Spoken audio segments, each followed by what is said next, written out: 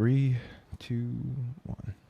All right, everybody. Thank you very much for joining us. This is the Lone Chemist Podcast. This is episode 20, I believe. So, yeah, it's pretty crazy that you guys have listened to my bloviating opinions for 19 times, and we're going to make it another one. So my name is Johnny. I'm the Lone Chemist, and I have a different kind of guest today, so I'm pretty excited. I have a guy named Anton, and he runs a YouTube channel called A Skeptical Human. So I got into contact with Anton through a video that he did, which I really appreciated. Being a person who's studying chemistry for their PhD, my chemistry is related to climate change, essentially anthropogenic pollutants in the atmosphere. And it especially triggers me when I see people that are not equipped to give political or scientific opinions that have no basis to do so. So I really appreciated you kind of going into exactly what consensus actually means, what the term theory actually relates to climate change. Yeah, I first just to, suck your dick a little bit. I loved your video, and yeah, you have some great stuff, man. Really, I'm very impressed. Thanks, I appreciate that.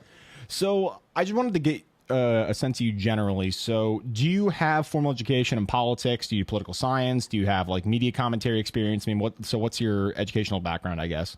It's kind of interesting. I never actually talk about this and bring it up because ultimately, I don't think it really matters what your credentials are. Absolutely. I think if you're making a sound argument, it's going to be a sound argument regardless. If you're presenting facts to support your position, it's going to be equally as valid if you're a garbage man or a Nobel Prize winning physicist. It doesn't really matter at the end of the day. That said, I do have a biology degree that I got from the University of Kansas, specifically in ecology and evolutionary biology. I didn't really. Nice. There you go. Yeah, I didn't really go into college as if I had a career path in mind, and I was like, I will get this degree so I can become this in the future. I was one of those people who basically just went to college because that's what you do after high school. I didn't want to feel like a loser, didn't really have any direction, and I just kind of got the degree, and I was like, well, now what the fuck am I going to do after I graduated? After that, I just kind of, the process of me getting into YouTube, it wasn't like I woke up one day and said, I will become a YouTuber. And I just decided from that point on. It's really been a gradual process of me sort of ramping up to this over the years. I started out at a pretty young age, like 13 years old or so, doing a lot of debating online against creationists, like the atheism versus religion debates. Yeah. Did a lot of that in the comment section. Then from there, when I got a little older, I started doing just some blogging on a crappy blogspot sites. I had a little Facebook page where I did mostly anti-religious writing. And then eventually one day I had the idea of making a YouTube video. I started doing that more, and they were just terrible for probably the first year. They were just the worst things you could possibly imagine. Mm-hmm. Just every aspect of content creation, I sucked at. I was bad at the writing. I was bad at the research. I was bad at recording. I was an awkward narrator, bad at editing. Just every part of being a content creator, I sucked at. But just gradually over time, I've just always been looking for ways to improve, always trying to get better, listening to feedback. And, it's been a couple years that I've been making videos, and I feel like now I'm at a pretty good point where I'm starting to feel comfortable in a lot of these different areas of content creation.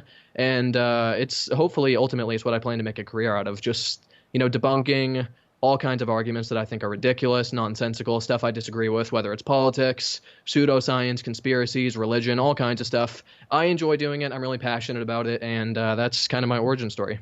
Yeah, awesome, man. So, I mean, I don't know if you still watch my channel at all before coming on the podcast and stuff, but I do typically film and media-based content, and I kind of bring more of an analytical or scientific perspective to that kind of medium, which I haven't seen too much. But professed, I've always been a huge political nerd.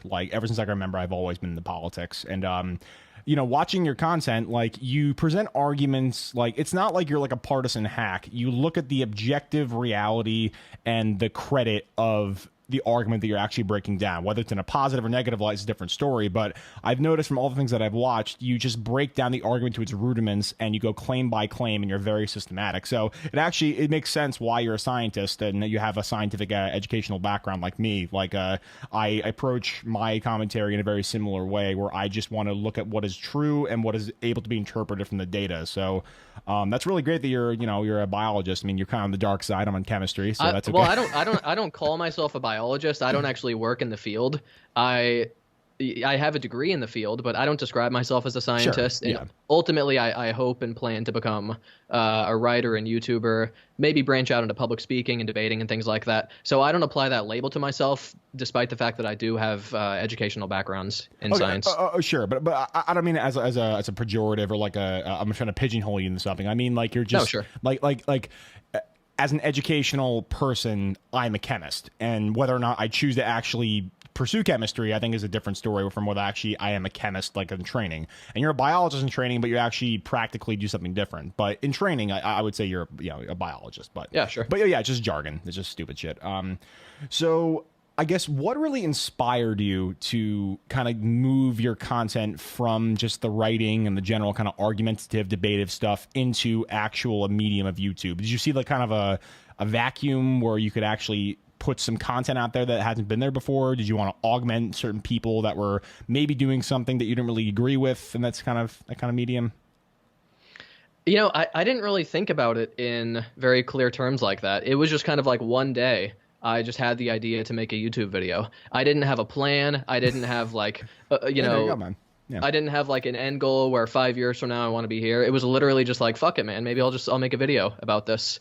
And I just kind of started doing it and I kept at it. It wasn't really like I recognized a void where I could step in. Now I'm at the point where I do kind of think about it in those terms. I'm going to sound totally self-congratulatory here, but I do feel like my content is kind of unique in the sense that I go really in depth on specific arguments.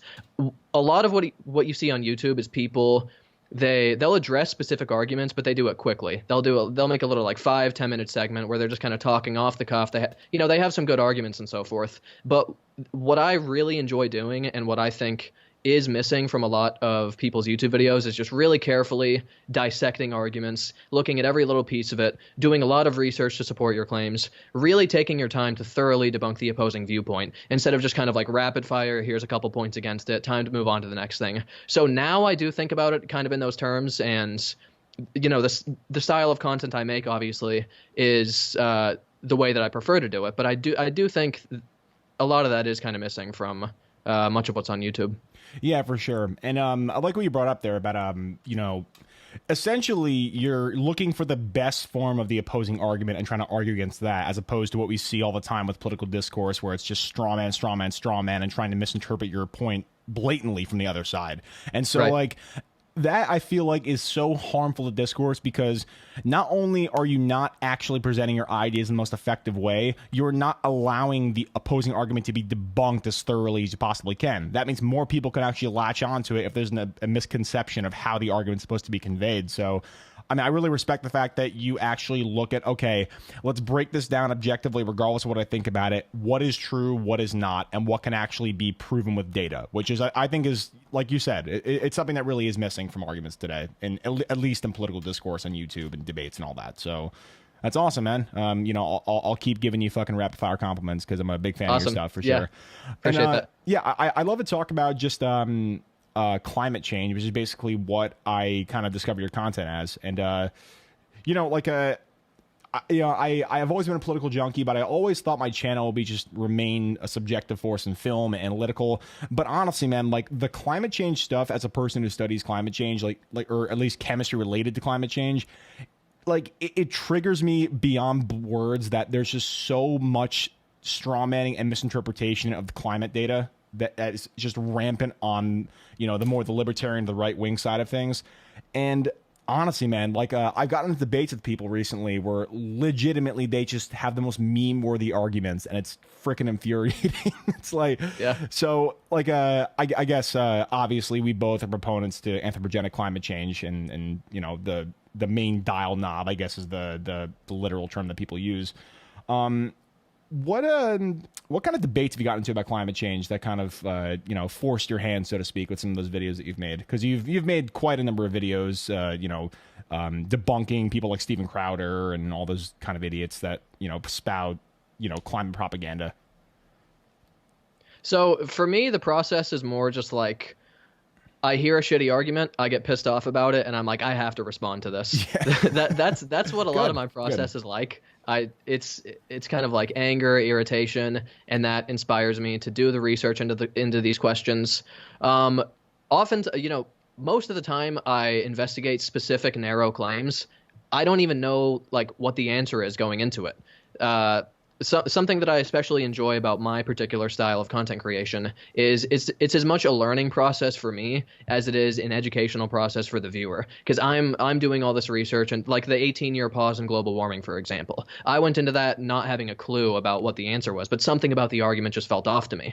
And see, that's how you should actually approach a piece of data that you're unsure about. You shouldn't just spew it off like you know everything. Like that 18-year garbage legitimately makes me furious when people bring that up, because let's talk about what's wrong with it. Well, first, like, tell me, like, because you know, obviously, I'm up to you know, chemical and scientific literature and stuff. Tell me how you approached that problem when you were kind of researching with your video. Like, what would you say that like was the real thing that hit on the head for you? Because like obviously there are a lot of things, like, you know, there are different vortexes of you know, cold fronts and hot snaps and stuff, but like, how did you actually approach it where you were able to you obtain data in an objective way and not have it be this meme of, oh, the Earth hasn't warmed significantly in 18 years, therefore climate change isn't real, which is what we see people doing all the time? Right. For me, the general process for most of my content creation is I start out by first looking at what exactly it is that the opposing side is doing. So first I start out by just looking at a lot of different examples of the argument being made, and then from there I go into researching specific components of the arguments. Now this particular one, it's a very narrow argument, so it really comes down to just asking the right questions. If you want to research any subject, you really just have to ask the right questions when you're doing it. Now, this particular one, it's pretty easy. You just type in like 18-year pause in global warming, you know, what are the facts, debunked, whatever, and you just go from there, and you just kind of branch out as you start asking more questions and so forth. This particular claim, it's you know, it's actually based upon faulty data. This is something that climate change deniers, even to this day, they'll still make this point, even though the data, several years ago, the data was revised by the organization that presented the data. Basically, the problem with this argument is that it was primarily based upon satellite data that was biased, because these satellites, they're subject to orbital drift. So over time, as they drift and move from their original position, their temperature readings no longer are quite as accurate. That's because they're recording at different times. I think that's the main reason. Yeah. And basically the organization that put out this temperature data revised the data, and they later came back and said, no, here is actually the correct data when you account for these different forms of bias. And so people are basically citing inaccurate data when they make this point. Also, even if it was accurate, even if we had an 18-year period where there was just like a flat line in temperatures, that doesn't necessarily mean that over the long term global warming isn't happening, because this is a long term trend that we're talking about. Exactly. So to look at short term trends like this and say we can reach a general conclusion about the long term trend, it just doesn't strike me as very reasonable.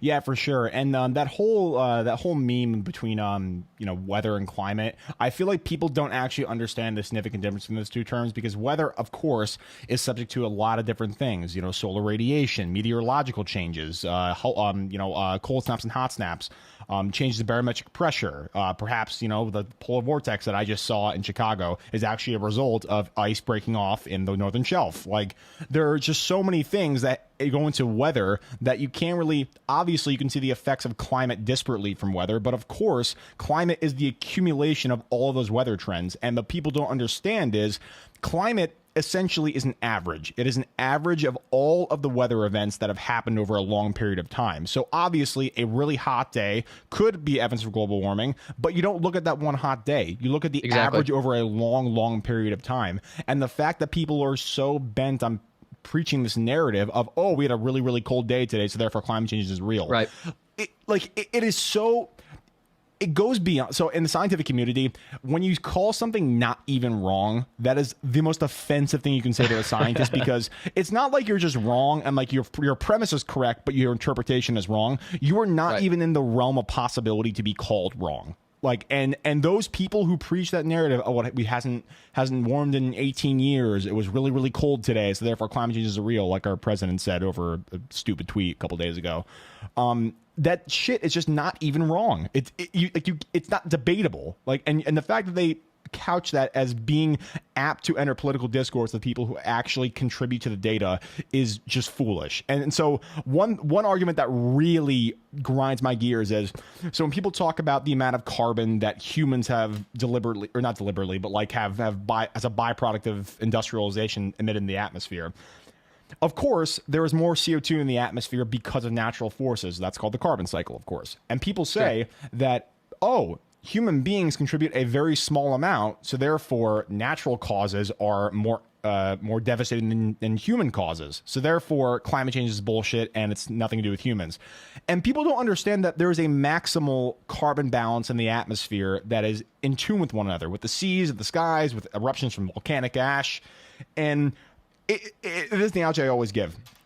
Imagine you have a bucket hanging off of a string and it can handle 55 pounds of weight.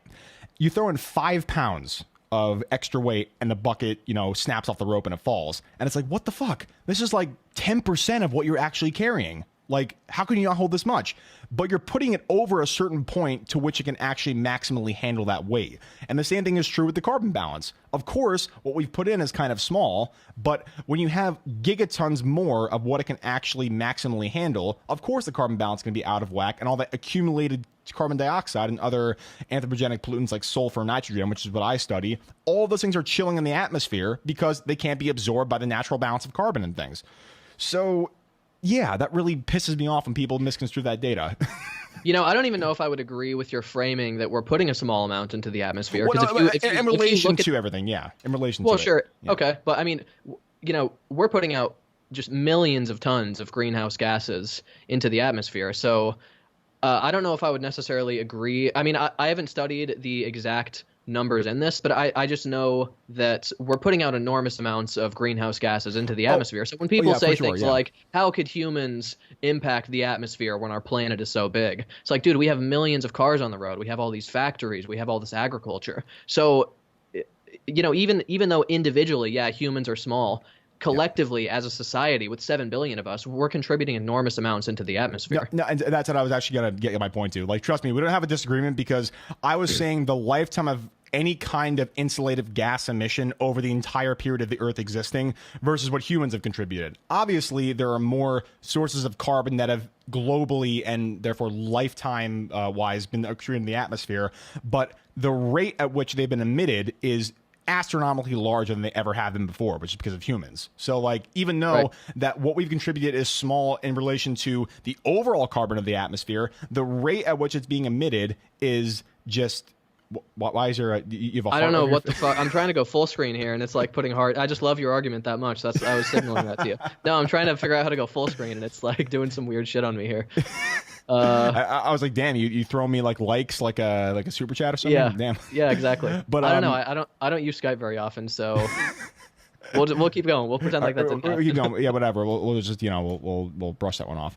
But yeah, even though over the lifetime of all carbon in the atmosphere, what we contributed is I say small. I mean it's lesser than what has been in the atmosphere before, but because of the rate of emission is so much larger. I mean, if you graph man-made carbon, or even just carbon in general, we've stayed roughly at a steady incline until humans had the Industrial Revolution, of course, and then it just skyrockets. And the fact that people try and say the hockey stick graph is a farce, which I agree, there have been some hyperbolic claims about climate change, but the fact that you're able to say that carbon is at a comparable intensity of emission than it was in the past is just foolish. And so it's triggering beyond no end, because people who are not actually equipped to study the data or even contribute to it are having a subjective opinion. And so one thing that I always say to people when I debate climate change is, you can have a subjective opinion of the data, but the prerequisite for that is being an objective scientist. Like, you cannot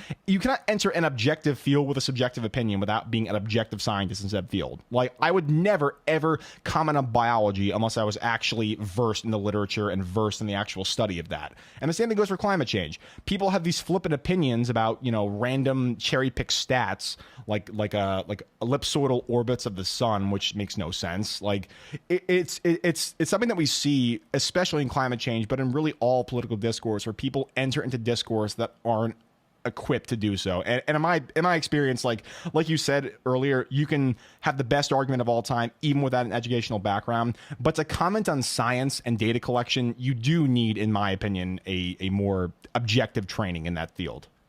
Yeah, I don't think you necessarily need to be an expert, but at least like study the science, Exactly. Read some textbooks on the subject. Just educate yourself before you just regurgitate Republican talking points. Because it's almost a bit baffling to me how it's so sharply divided on partisan lines. You'd think people would just be coming to their own conclusions, but really they just fall into their partisan camps. And it's very strange to me to see that you have right-wingers almost uniformly, that probably the majority of right-wingers, I don't know the exact statistics, but probably the majority are climate change deniers of one sort or another. Yeah. And it's funny when you hear Republicans say things like, oh, climate change has become politicized, when really, if you think about it, this is something that they are responsible for, because they are the ones who, they're a part of this political group that just repeats these same anti-climate change talking points. And a point that I often like to make is that whenever you hear a conservative say the science on climate has become politicized, translate that in your head to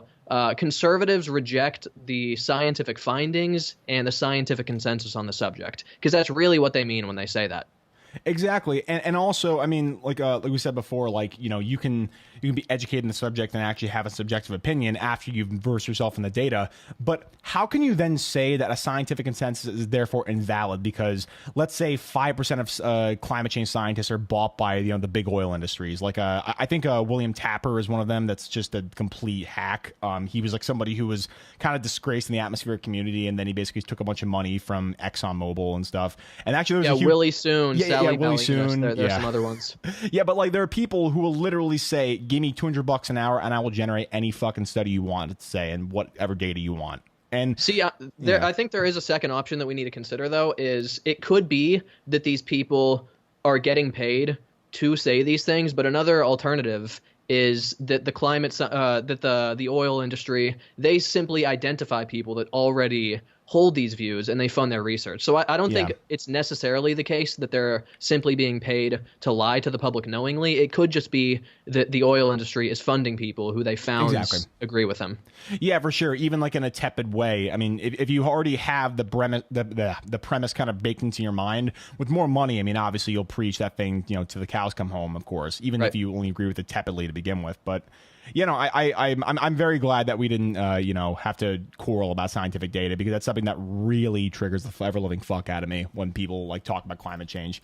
And there was a guy I forget who it was. It was on Facebook at some point, but he was saying that like, you can have an objective opinion about things even though you're not versed in the field, like we've already agreed about. And he said, you ever heard of what's the guy who made continued fractions? Srinivasa Radhaman, I think his name was, the guy who like basically theorized continued fractions. He was like a mathematical prodigy, but basically like, I'm not sure. Yeah, but basically like the whole mean he was making was from a simple textbook in third world, I think it was India way back in the day. He was able to extrapolate theorems that have baffled mathematicians for years, but that's symbolic logic. Like that's not like a thing that is based on empirical data. Mathematics is, obviously we found in science that mathematics perfectly demonstrates the nature in which things interact with each other, like physics and engineering and astrophysics and stuff.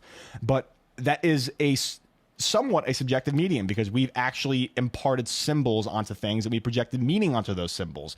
And so you can't relate a mathematician to something like climate change, because climate change, or just climate science generally, is based on empirical observations of data that have been taken over many, many years.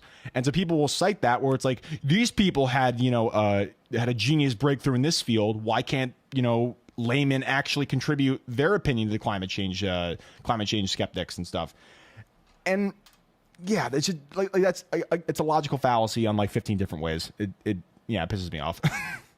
I was hoping, I kind of wanted to return to a climate change denier argument that you briefly brought up earlier. I think it's worth going into a little more detail, because it's one that I can understand why some people would be prone to believing it. It's the argument that if you have some sort of record-setting cold day, cold weather event, like record cold temperatures, record snowfall, or whatever, people might see that and think, if global warming is occurring, why are we seeing record-setting cold temperatures? This is, sometimes the argument isn't made that eloquently. Sometimes they'll just say things like it's cold outside, therefore global warming is a hoax. Like Jim Inhofe, right? Exactly. With the snowball, yeah. Senator James Inhofe, for those of you who aren't aware, he famously brought a snowball into the Senate. Dude, and he gave a speech used a picture of a snowman behind him. Like his family made like a big snowman in his town. Seriously, look at his video. It's unbelievable. It's ridiculous. But go on, yeah. You know, it would be one thing if this was some sort of redneck at a sports bar who's like, I scraped some ice off my windshield and that means global. It would be one thing if this was just like some dumb fuck at a bar or whatever. These are our highest elected officials making these arguments, and it's just the most basic scientific ignorance. A cold day, a cold weather event, that doesn't disprove a long-term trend. That gets back to what we were talking about earlier. It's an average. If you have, especially if it's localized too, like I think it was last New Year's Eve. The northeastern United States had exceptionally cold temperatures, record-setting cold, and okay, that's just one part of the planet. Exactly. It's a very large planet. So even on that particular day, if you looked at the rest of the world was, I'm pretty sure it was hotter than the average. So you have to look at the entire globe collectively and not just these localized geographical areas. And you also have to look at the time scale broadened out. You can't just cherry pick individual incidents like this. And it's like, okay, you're going to have some record-setting cold events in any given year, but you're going to have way more record-setting hot ones. And that's the other side of the equation that climate change deniers never draw attention to. They'll tweet when it's cold outside, but when there's like a record-setting hot events, they never have anything to say about it. So it's just selection bias, I guess, is what it is. They're only looking at one side of it. Yeah, and it's also kind of a confirmation bias where like they'll bake in their own premise into their mind and then work backwards from a conclusion that actually fits their narrative, which is just so weird because, I'm of the impression that people who are rationalists should start tabula rasa. People who like Rousseau and Jefferson and stuff. Like people start as a blank slate, and you should actually ascertain data about the world basically make your premises from that or your conclusions from those premises. You should never start with a conclusion that you believe and then try and post hoc rationalize what you've already concluded, because like I can't even get into how fuck that is, because like imagine like if you were born saying this certain politician is awesome without actually learning what he said off the record or on the record, and so then you actually look and cherry pick for things that he's done that are good, that support your narrative that he's great, but then you ignore all the other stuff that's terrible. And so that's just a terrible way to look at the world, because you don't really actually arrive at any deeper truth. All you do is just try and confirm your own biases. And also, so something you talk about with climate change that really triggers me is people will always cite big snowfalls as evidence for global warming is bullshit, climate change is bullshit. There's no hot on average temperature rise throughout the years.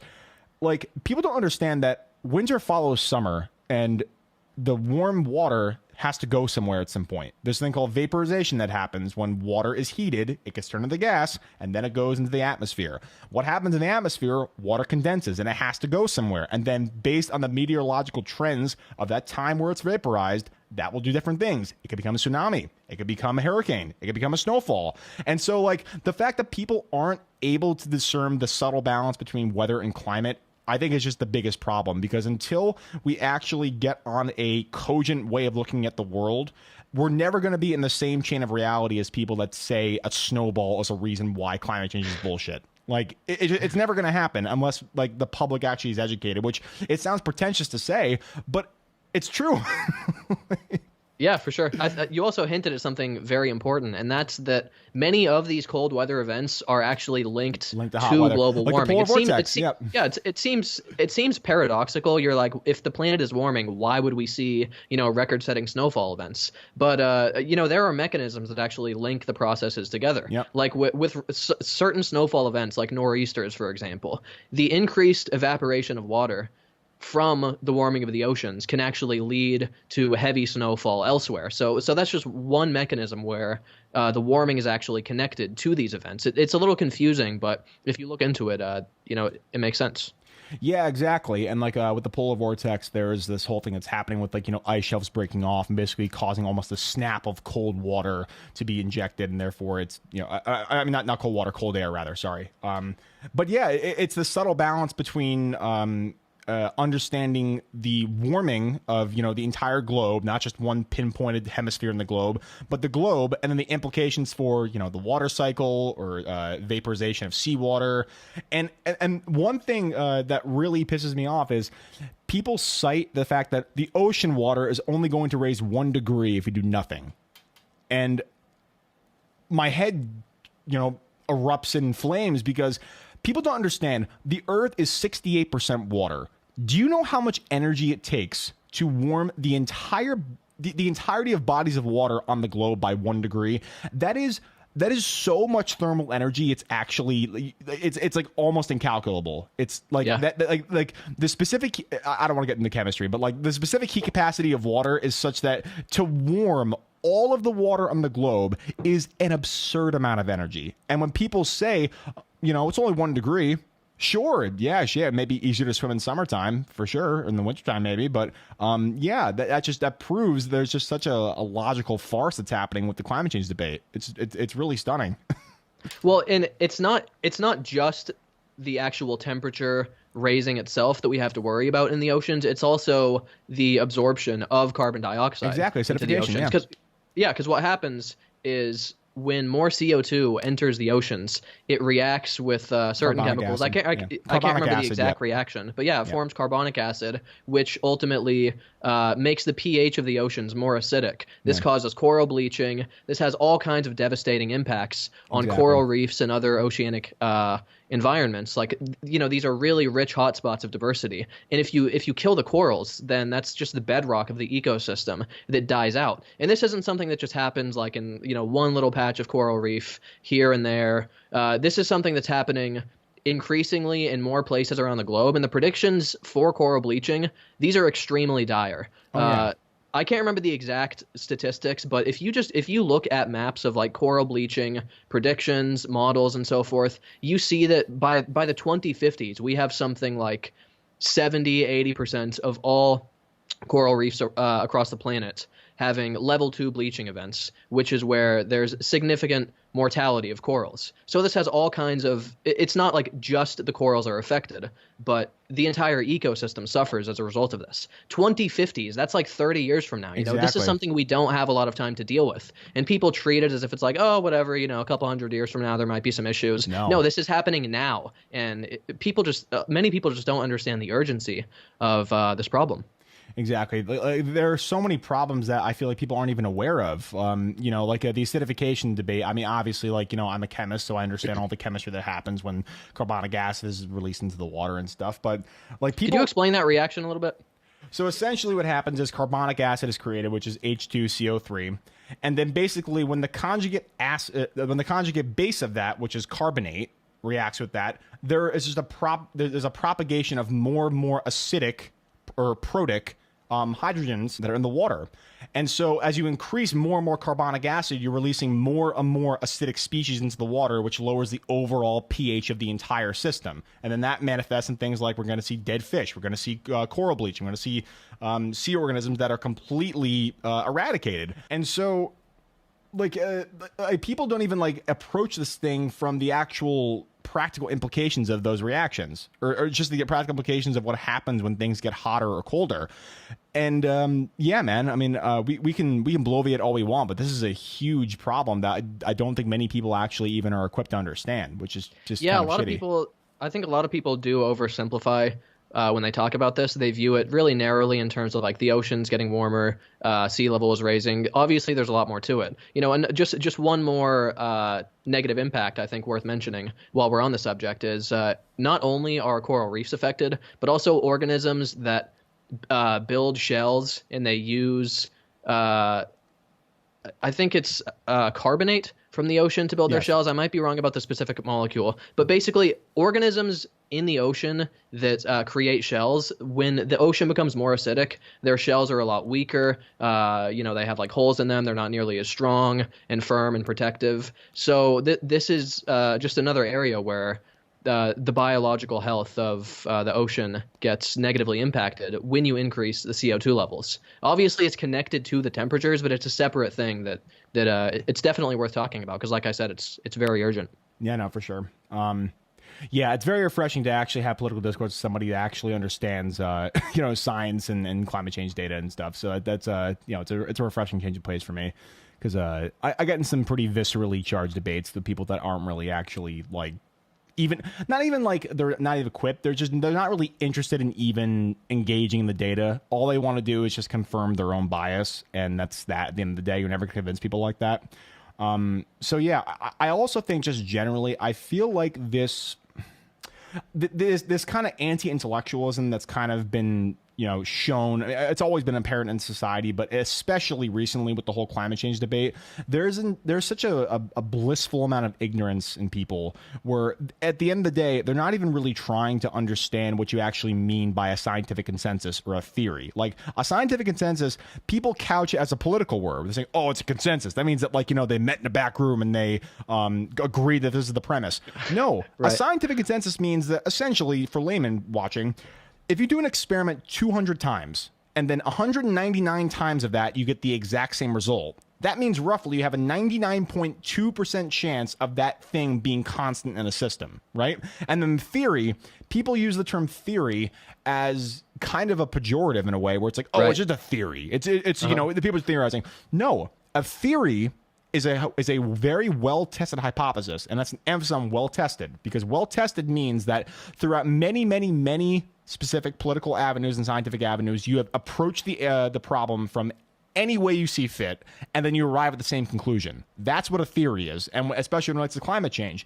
So many different scientists, not just climatologists, are actually exhibiting the things that we see as dangers because of climate change and this ocean acidification and over temperature rise, like for example, like radiative scientists, people just do spectroscopy, marine biologists, ecologists. All of these people are promulgating the exact same narrative that climate change is dire, it's real, and it's largely man-made, and we have to stop it. Now, and it's just very strange to me that we can arrive at the exact same conclusion over multiple fields of study and multiple avenues of investigation, and people still call it the fact that the people who study the data are politicized.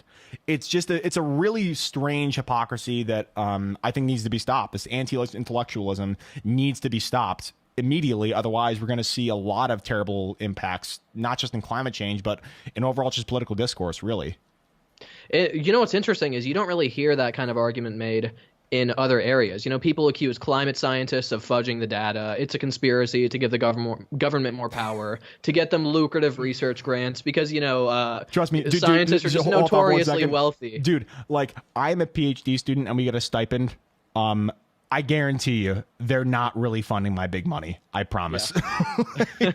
It's like, dude, funded by small money. Dude, like, scientific grants are not these lucrative things. Like, and right, most of the money that you get goes to materials for your research. You're not pocketing like $100,000 or anything. Like flying on private jets and stuff, laughing all the way to the bank. Dude, I think the average fucking stipend for a PhD student, and really just like a field scientist, is like $28,000. Like, that's right, that's like barely a living wage. Like, if you actually look at the data, they frame it as if that's like enough to corrupt them. It's like 28,000. Yeah, dude, and it's so shitty because, like, obviously, I'm not a fucking conspiracy theorist. I'm not trying to fudge the data and push a political narrative. That's exactly what you would say if you were. So who knows? Okay, but dude, You can't meme me like that, because that's an actual argument that's been used against me, where it's like, oh, of course you'd say that. I'm like, I got it.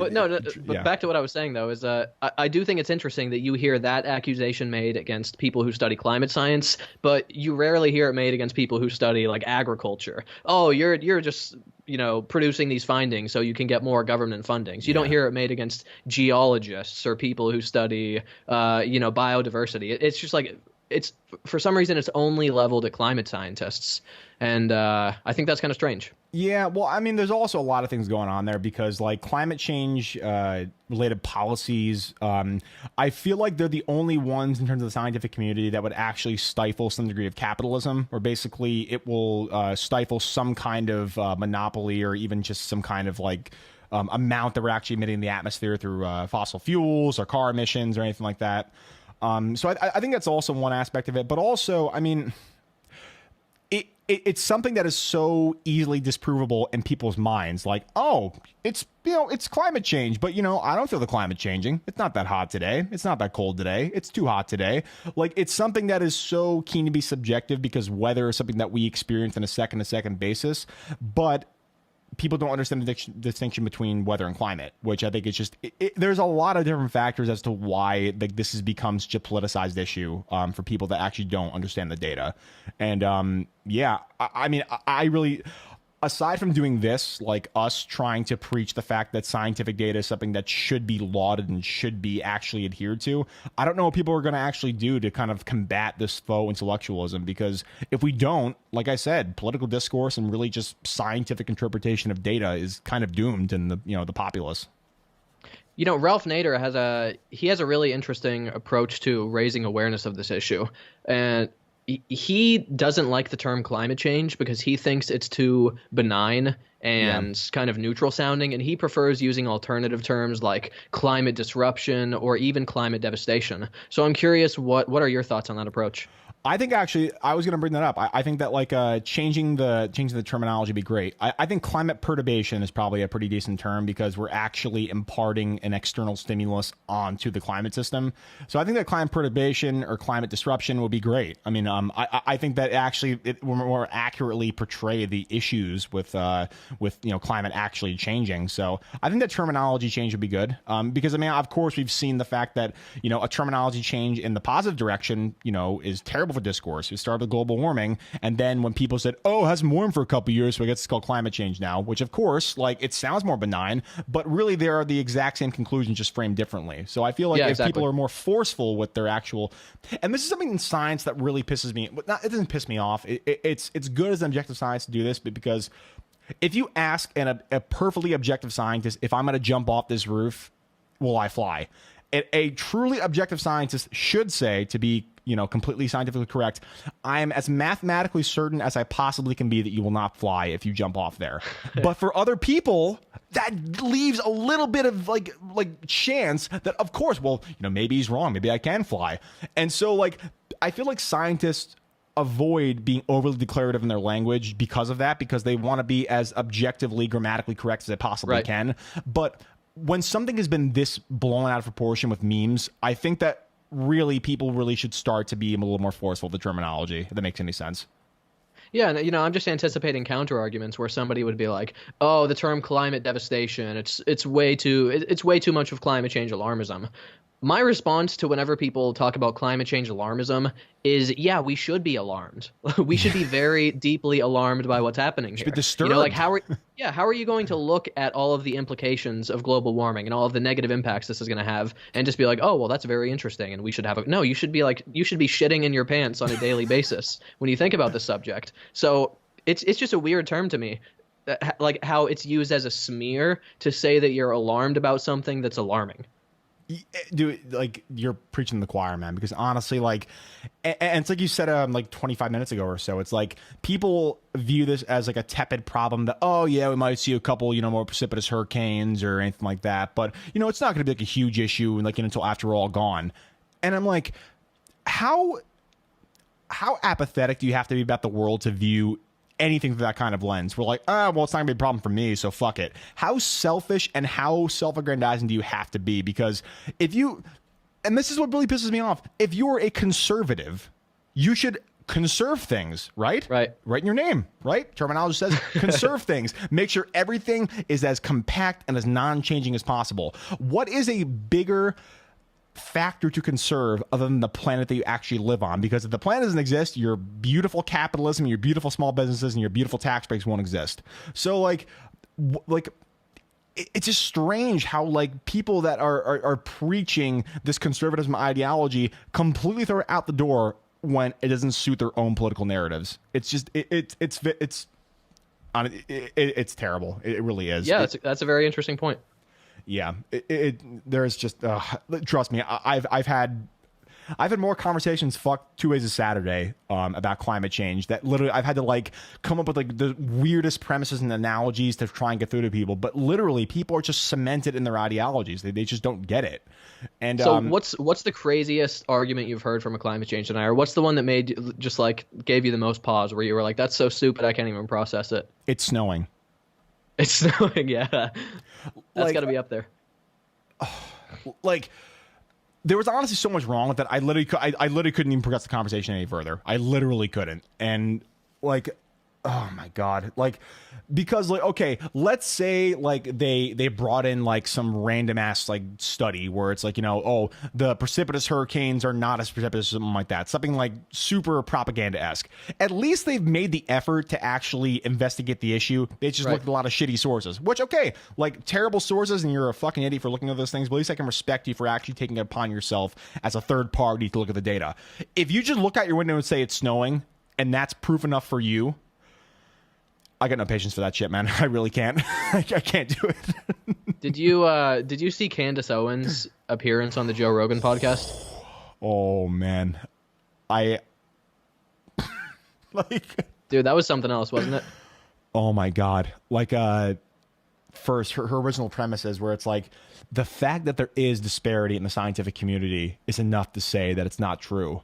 And like, Yeah, it's a very small disparity. it's not even small. It's minuscule. It's like, and if you take out all the people that have been disgraced in their fields, like it gets even more than 99.6% of peer-reviewed journals that have been released, peer-reviewed articles in journals that have been released support anthropogenic climate change as a dire threat. And so like, the fact that you're like doing this like this pseudo nuance pickling where like you're saying, oh yeah, of course, like there's disparity, so therefore it's debatable. And this is something that actually I wanted to bring up to you, where people use any kind of disparity in a topic as, you know, grounds for entering a debate about it. Like to me, climate change is not a debatable issue. It really is not. If you look at any kind of scientific jargon or any kind of scientific data, you would understand that it's pretty much a signed and sealed delivered issue. But people use, you know, 2% error, 3% error as grounds for believing the entire thing is bullshit. Like, okay, of course, there were declarative statements that were used in, you know, Inconvenient Truth, for example, right? But people think that plus or minus 10% of error is equivalent to plus or minus 200% of error. And so, yeah, man, this whole like presentation of the debate as a 50-50 topic is so, it's such a farce, because if CNN actually wanted to portray climate change debate in an objective way, they would have 25 climate change scientists that are saying this is real and this is dire threat, and they'd have one person to defend off all those people, because that is what the actual balance of the scientific data does. And to you know, have this kind of neutrality bias where you're presenting the issue as a 50-50 thing is actually harmful for political discourse. It's not an objective analysis anymore. It's just you're trying to ride the line as much as you can and not present one side favorably or not. And so to say 50-50 side, you present one guy talking for 3 minutes, the other guy talking for 3 minutes, and they duke it out. That's not how the debate should actually work if you're presenting the data and the objective reality of the situation actually in line with reality, I guess, for lack of a better term. Yeah, totally agree. I don't know if you heard, but I think it was NBC recently had a whole hour-long special dedicated to climate change, and right at the outset they were like, we're not going to involve any climate change deniers because the science is settled and there's no value in doing that. And conservatives and climate change deniers were shitting their pants about this. They were outraged. That I read one op-ed in Fox News where this guy made a ludicrous comparison where he was like, oh, if this is like if Galileo was around today, he would be suppressed. Dude, he was comparing climate change denialism to no, I think he said Copernicus was the person he was comparing denying climate change to geocentrism. It's like, no, you have it completely backwards. Like, dude, he was framing the unscientific position as the one that's the correct scientific position, and he was like, oh, we're being martyred like Copernicus was. It was just ridiculous to read. Yes, like. Oh my God, dude! I forgot someone fucking used that in debate with me too. The Copernicus thing, like, you know, yeah. like you think Copernicus went against the scientific orthodoxy when he was around? Of course he did. That's why we have, you know, the heliocentric model now. And I'm like, dude, you realize you just proved my point for me, right? Like, Well, also, I mean, like, what conclusions people were reaching, 300 years ago, it's totally different from something that we've been studying for decades. Exactly. It's Exactly. it's like, imagine that we discovered tomorrow that DNA plays absolutely no role in evolution. It's just completely inconceivable given the mountains of evidence there are supporting the role of DNA in biology. It's similar to the consensus in climate change. Like, there's virtually no way we're going to come out tomorrow and discover, oh, actually, greenhouse gas emissions, Is they awesome, don't cause the temperature to rise, So, like, theoretically, yes, we should always be open to revisions in our viewpoints, and we should always be open to the possibility that scientific ideas can be overturned. But at the end, like, you reach a point where we know so much about a subject that just practically speaking, there's virtually a zero chance that that's going to happen. Yeah, for sure. And like, yeah, that kind of goes on the point where it's like the tools at our disposal now are just so much more sophisticated and so much more apt to actually have scientific data truly mean something. Of course, like they had abacuses and shit, and they had, different magnifying glass and telescopic lenses and stuff. But like, the precision and the error associated with those things is like, you can't even compare something like a geothermal satellite of data and temperatures in the atmosphere versus that. Like, you just can't. Exactly. And like, that goes into kind of like the whole, deism versus, I forget what the term was back then about like, what was it was the whatever centric model when like the sun was like was just like a force in the atmosphere, and like the earth was the center. I forget what that entire geocentrism versus heliocentrism. Yeah, that's what it's called. Yeah, I forgot the other term for it. But yeah, I just hope that we can actually shed this faux intellectualism that's coming up from mostly the far right for climate change. I mean, there are some idiot lefties that say that it's not true, but the balance is actually tipped favorably in the left's position for that subject for sure. Yeah, man. As a person who's actually contributing to the data and stuff, it really triggers me beyond no end that people actually will couch as arguments and think that they've actually, oh, I own them, like, idiots. Like, Yeah. it's terrible. Well, hey, I was wondering if you wanted to move on to another subject. Yeah, no, I was about to move on. Yeah, for sure. All right, so we talked about this kind of faux centrism a little bit with the CNN climate change kind of thing, where people present both sides as equally valid. It's interesting to me because this faux centrism and kind of pseudo intellectualism, it's seen as like a very rational and level-headed response to people that actually don't engage in political discourse. And so I think a perfect example of that is Dave Rubin.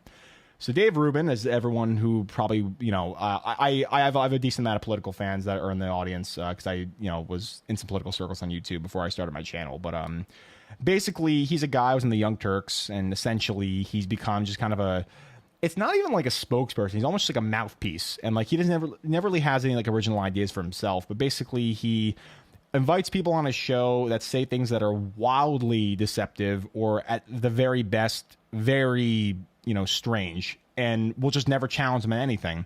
And so because he's framing it as he's not doing this to play point counterpoint, he's doing it like he's just the guy who's asking questions. And right. So he likes to liken himself to Larry King. Dude, oh man, we'll get into that in a second. Yeah. But dude, like he has this opinion of himself where, like, he believes that he is the one who's arriving at the greater truth because he's allowing people who have very, very strange opinions and stupid ideas about things just to come on to his show and just say whatever they want without really challenging them about anything. And that, like, it's just a strange way of framing because he actually doesn't really arrive at any conclusions. All he's doing is saying, hey, I'm just a guy asking questions. And then because of that, he's able to skirt any kind of criticism saying that, oh, you just don't like other people's opinions. Or no, like, you can have your own opinions and stuff, but if you're an actual objective person, you should actually challenge people when they say things that are, deceptive or wrong or stupid. And he's somebody that just kind of masquerades himself as this faux centrist. Like, he's a classical liberal, but he's, very much in favor of gay marriage. He's married to a guy. He says he's for universal health care, but then he's not in support of government subsidies, but he also he's supportive of Obamacare. He has just like wildly contradictory positions, but because he's just framing it as the guy asking questions, he just kind of skirts all that criticism. So what do you think of Dave Rubin now that I've kind of talked about him like that? Man, I have a lot to say about this guy. I've already made several videos critiquing his arguments and his style and so forth. I could talk all night about this guy. I would just say one thing in response to what you just talked about. I don't think it's a huge problem for somebody to have a style where they want to just have a guest on and just have the guest present their views. If you want that to be the style of your program, okay, maybe it's not the way I would conduct myself in your position. But if that's the way he wants to do it, it's not something that particularly outrages me all that much. What bothers me about Dave Rubin's just general style on his channel is that he often presents himself as just being sort of this neutral arbiter who will have guests from all across the political spectrum on, and everyone's getting to share their views. So what's the big problem here? If you actually look at the lineup of guests that he's had, he's I haven't done like a rigorous statistical analysis of this, but just looking through the interviews that he's done, you see way more prominent right-wingers, especially prominent in the YouTube sphere, than prominent left-wingers. I could only find one progressive who I would consider like one of the giants in the YouTube sphere. It was Jimmy Dore, and it was like 3 years ago, and they talked mostly about comedy. Dave Rubin's, really? Like 3 years ago, and they talked about stand-up comedy and stuff like that. So I mean, it wasn't even like a big resounding defense of leftist policies. People like Cenk Uygur, Anna Kasparian, Kyle Kulinski, David Pakman, many of the people who I consider some of the biggest names in progressive YouTube just haven't been on his program. And even when he does have nominally left-wing guests on his program, oftentimes they spend a considerable portion of their conversation bashing the left, bashing SJWs. It's not like he brings somebody on and they're forcefully defending left-wing views, but they spend a good portion of the time attacking SJWs and outrage culture and things like that. So it kind of annoys me that he presents himself as if it's a balanced presentation of all views, when really I think it's pretty clear that it's an anti-left slanted channel. That's mainly what annoys me about just his general presentation. Yeah, for sure. It's like faux centrism. You're presenting yourself as middle of the road and having all these people on, but really all you're doing is just like giving one side a mouthpiece and the other side you're just kind of bashing. Like, and this kind of brings in another thing. So the use of the term SJW or leftist as a pejorative has been incredibly effective for people that want to smear people that disagree with them. Like, what's wrong with being an advocate for social justice? Tepidly nothing. But if you attach the term SJW to it, it immediately confers a bunch of terrible things. A person who wants to shut down debate, a person that doesn't want to be disagreed with at all, a person that's going to scream on a countertop because Trump got elected and stuff. Right. And it just confers so many shitty things on people, where that's how the entire left is viewed, because they've just been using that over and over and over again as a pejorative. And I'm just curious, like, what do you think people can do to actually combat that? Because it's been so effective up till now. Well, number one, actually look at what it is that people on the left believe in. It's one thing to do what Dave Rubin does and just cherry pick isolated incidents. Oh, there was a Trigglypuff, there was some sort of campus protest. It's one thing to just cherry pick isolated incidents of this that blew up on social media. Yeah. But how about you actually look at the polling data where people ask people on the left, what do you believe about these questions? Yeah. When you do this, what you find is that people on the left, a majority of people on the left, are on the pro-free speech side of questions, whether we're talking about banning hate speech, whether we're talking about banning offensive costumes on college campuses, whether we're talking about deplatforming people. If you actually conduct polling data of both adults and college students on the left, you find that a majority of them are on the pro-free speech side of these questions, which is something you never hear from the Ben Shapiros and Dave Rubins of the world. Because I don't know if they don't know how to ascertain what it is that people believe by looking at polling data, or if they just don't care enough to actually look at what the data says. But that's what you actually learn when you look at the polling data. And another interesting thing about the data is that on the questions where a majority of people on the left are on the opposed to free speech side, a majority of Republicans are also on that side of the question. So it's not at all this right versus left divide where it's, the conservatives are these stalwart defenders of freedom of expression, and you have these left-wingers who want to ban freedom of expression altogether. It's not at all the caricature that people like Dave Rubin presented as. And that's what they would learn if they actually looked at the polling data. I've never once heard Dave Rubin or Ben Shapiro cite pulling information to substantiate their views on how the left is opposed to free speech or whatever it is, they always just cherry pick these isolated incidents that just catch fire on social media. And that's not how you learn about the world, because a conversation where some college student is having a reasonable discussion about single payer healthcare, it's not going to blow up on social media like Trigglypuff making a fool out of herself. So yeah.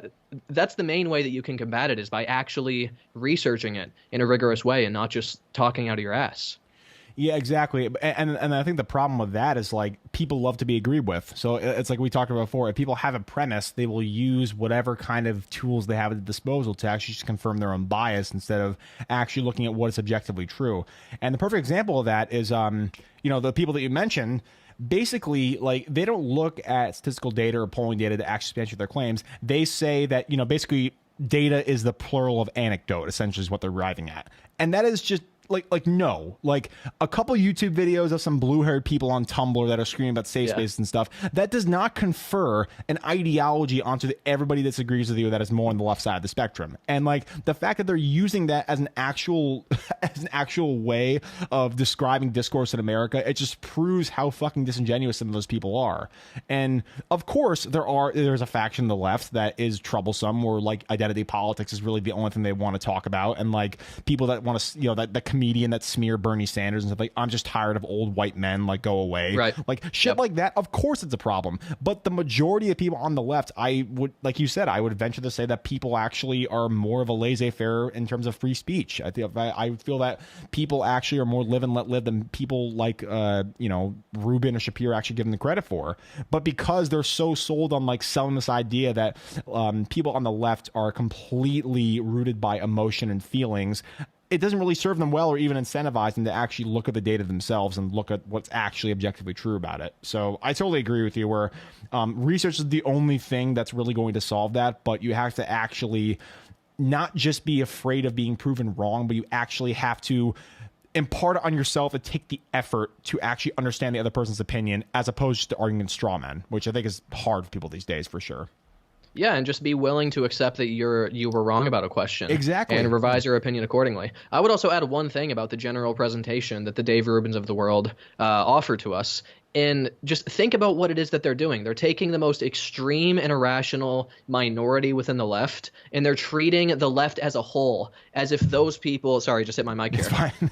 They're treating it as if that extreme, absurd minority are the best representatives of the left wing generally, which is just a fundamentally absurd approach to – it's a fundamentally absurd method of talking about the question. Yeah, for sure. And like honestly, I really wish that people on the left, or people that, agree with you and I on more of these issues than the right wing, like, I really wish that they were as loud and as boisterous as the people who like scream about safe spaces and identity and politics and trigger warnings and stuff. But of course, like I would venture to guess that people who believe the things that you and I believe are more rational, more level-headed than that. But because people are so quick to judge and to confer opinions on the people on the right side of the spectrum too, like people that scream about safe spaces will automatically assume that anybody who disagrees with them is a bigot and a racist. But the fact that the right wing is painting everybody on the left as someone who's ready to call out someone for being a fascist and a Nazi without ever looking at what they actually have to say is just, it's so damaging for political discourse, because it fuels their narrative of like feels versus reals, like for the left side of the spectrum, where it's like, oh, they have the feels, we have all the reals. And if you look at some of the the spectral issues, like the left versus right, a lot of the issues in the right are based around rhetoric and how people feel about things, like everything with immigration, a lot of things with taxes too. Like let's go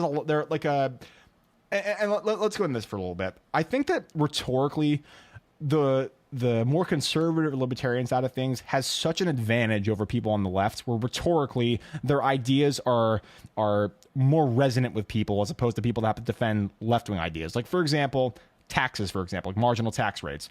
The left side of the spectrum has an in-depth discussion on what the term marginal tax means, and like looking at data from the golden age of economic expansion and all these things that actually go into a very nuanced opinion. On the right side of the spectrum, it's your money. Keep it. Like that is succinct, that is easy to understand, and is easy to back up and defend. And like even though there are just so many different things that are wrong with that premise, like the whole taxation is theft meme, for example, like the rhetoric is so much easier to defend, which is just so crappy, because even though that logical ideas may have a semblance of what is in line with reality on the left, people on the right just have these rhetorically resonant talking points that really just don't really even say anything at the end of the day.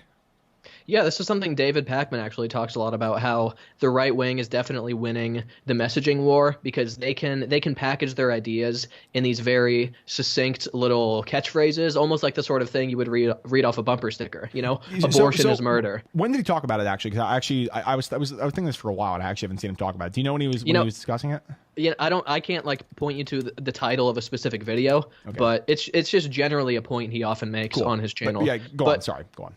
No, sure. But so like an example of that is they'll say something like abortion is murder. The counter to that isn't, well, abortion is not murder. The counter is, well, it's complicated. You know, sometimes if the mother's health is threatened, then maybe it's reasonable that she could have an abortion, or maybe if she's not in a condition to raise a child, there are other considerations. The response to that little 3-word catchphrase is something that's complicated, and it requires you to go in detail and really hash it out. And that's how it is on a lot of questions. Like another one, for example, the one that you gave, it's like it's your money versus, well, yes, it's your money, but we can use this money to benefit the people at large, and the more you earn, maybe you should pay progressively more. It's simple messaging versus complex truths, and it's maybe the solution to that is just for people on the left to get better at briefly packaging their ideas together, but it definitely makes the right-wing position more attractive to low-information voters, I think, where they can just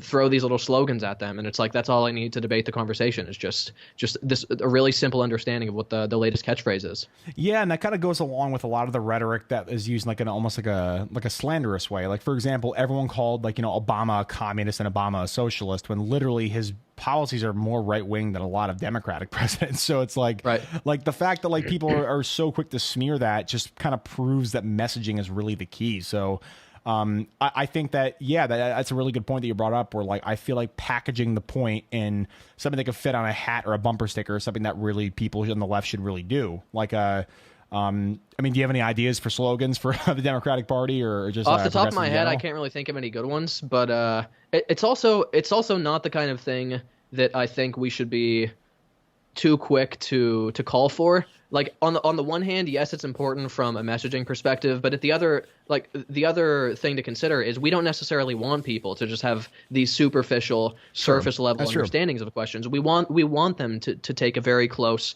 thorough look at the question. So off the top of my head, I don't really have any good counter narratives to combat this with, but it's definitely something that I think we could benefit from, even while still advocating deeper research into these questions. For sure. Like I definitely, and like as a person who is very analytical, like I'm a scientist, and so are you. Like I definitely value objective and complicated truths over just sounding off like some kind of like mouthpiece for whatever political ideology. But like, it just sucks because like a lot of people aren't like you and me, and they don't want to actually look at the issues. And so like, how do we break through to that? Do we just have to, hope that people actually get engaged at a certain point? Do we have to, we have to convince people that politics really is a dominant force in their lives and they should really understand these issues on an issue-to-issue basis? Like, it's a strange problem. I mean, obviously, we're not marketing people, so we're not going to come up with the solution here. But like, it's strange to think about because so much of political discourse is not really based on even the policies. And it's just, I don't know how we're going to solve that for actually communicating ideas effectively. Yeah, I think that's a question for wiser people that specialize in that area to answer. Yeah, you wanna shit on Dave Rubin some more? Go ahead. Yeah, please. Awesome. Well, what are some other points I wanted to make about him? I have a couple notes I wrote down here. Oh wait, did you see his interview with David Pakman? Yeah, dude, I actually made a video debunking some of it. Let's talk about that. Let's talk about some of the stuff he talked about there. All right. This was like about a year ago. I think maybe even longer. But I think it was July 2017. I want to say when he was on there. Was yeah. It was July or June, something like that. Yeah. Okay. David Pakman, he is a very tough interviewer. He asks very incisive questions, but he's also very polite when he does it. Yeah, exactly. If you watch that interview, Dave Rubin just crumbles. He looks visibly uncomfortable the whole time. I can't read his mind, but just based off his body language, he's shifting around. He looks uncomfortable with I understand that. I hear that. Yeah. And yeah, so like some of the points he made in that interview are just completely ridiculous and just not at all in line with the facts. Like at one point he said, "Oh, most Republicans don't even care about gay marriage anymore." Bullshit. And you look at polling data from right around the time of that interview, and you find that a majority of Republicans are opposed to gay marriage. So if you put it on the ballot, they would vote against it. So he just makes a bunch of completely non-factual claims throughout that interview. Another point he made, he said, he was like, generally, I think the right wing is more tolerant of the left wing because I get way more invitations to speak at right wing organizations than left wing organizations. It's like, yeah, maybe that's because they view you as their ally in a lot of ways. He's a useful idiot. And it's like, they're not inviting him because they actually want to like pick his brain about what he thinks about politics. It's because he will never challenge anybody that has anything insightful to say that might disagree with what he thinks. Like that is the only reason they invite him to those things. Like it's not because, he's some really interesting ideas from the left. Like, we should have like a good, intellectual debate about these things. Of course, that's not why I invite Dave Rubin. Dave Rubin's a fucking moron. Yeah, and plus, he spends half the time on his program, it seems like, bashing the left. So what left wing organization would be like, who is going to headline our lineup of speakers defending left wing ideas? How about this guy that constantly bashes the left? It just doesn't make any sense. Yes, he said that what leftism or progressivism is like a mental illness, something like that, something crazy. Like, yeah, he said that at one point, I think in a conversation with Ben Shapiro. He later walked it back and he was like, I was being hyperbolic, but what an outrageous statement to make. Yeah, exactly. That's you're the one who preaches tolerance of ideas, and you're so pithy. You're gonna actually say that an ideology you disagree with is a mental disorder. It's like, please, spare me. With that interview specifically, though, he really had some strange things, like classical liberalism. I was actually uninformed about this almost entirely until that interview, where I knew that classical liberalism and OG libertarianism is those are basically the same exact thing with a couple social things here, a couple social things here and there that are kind of different, but economically they're pretty much synonymous. And so when he talked about universal healthcare, that is something that does not exist in the idea of a classical liberal, where anything that the free market is able to provide, not well, not bad, not any kind of adjective you want to give, just generally the government should have no role in that, and it should be completely regulated by the free marketplace. And so for him to say, I'm basically for single payer healthcare, no, that means you don't even understand the ideology that you actually proclaim that you are. And right. And honestly, that just kind of goes to the point where he's just a vapid guy. I don't think he really truly believes anything. I think that he's a person who found a market for people that they want to say, oh, I agree with a left person, so I'm not, a right-wing ideologue or whatever. I agree with people on the left. And I think it's his role. I think he's a useful mouthpiece for people that actually want to be agreed with, which is just very strange. And the fact that he has such a basic misunderstanding of what a classical liberal is and what universal healthcare actually means and how they're diametrically opposed is just hilarious. Yeah, I also wonder how much of that is him just sort of pandering to the audience. Obviously, David Pakman has a very left-wing audience, so maybe he was just sort of saying that to gain a little sympathy and make it seem like there's more ideological camaraderie. Whereas if he was on the Ben Shapiro show, he might be more... It's evil. It's for slavery. Yeah. Well, I don't know if he'd go that far, but he'd probably be more likely to be like, well, I've been hearing some interesting ideas about right-wing proposals on healthcare. I feel like maybe some of that is just pandering to the audience. Maybe he genuinely does believe that single-payer healthcare is what we should have, and if so, then good for him, I guess. But like you said, it's not at all in alignment with the libertarian viewpoints that he holds. So there's definitely a contradiction there. I don't know if he even believes those things, to be honest with you, because wait, what was the thing he said in that interview? It was something about capital gains rates or or capital costs, for his studio. And it's I want you to be able to, expense people to work for you and, to make all the money that you possibly can. And Dave's like, but Dave, isn't that a problem?